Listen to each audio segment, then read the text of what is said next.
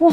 天氣一轉涼，面部肌膚即刻感受到季節嘅變化。秋冬季天氣乾燥，濕度下降，皮膚容易乾燥掹緊泛紅，甚至乎出現敏感刺痕情況。原本水油平衡嘅肌膚，可能都突然變得粗糙暗沉，連妝都唔貼服啊！呢個時候護膚步驟就要跟住調整㗎啦，先可以令肌膚安然度過轉季，保持水潤乾澤。首先清潔要轉滋潤啲，轉一啲加強保濕型嘅洗面產品，避免冷空氣揮發水分，減低洗面後嘅乾感。跟住保濕都要轉滋潤，用含有高滋潤成分加強皮膚脂質嘅補充，為皮膚補添純精油，平衡穩定，提高封鎖力。高滋潤成分可以好似水泥咁緊密連接角質細胞，形成穩固保護屏障，防止水分流失，阻擋外來嘅刺激。純精油可以平衡同鎖住大量水分，維持肌膚嘅滋潤度。夜間轉用滋潤型嘅面膜，加靚油類嘅護膚品，提升修復力，令肌膚喺夜間充分休息修護。如果用最新技術功能性護膚品係唔分滋潤度嘅，咁你喺份量方面就要增加啦。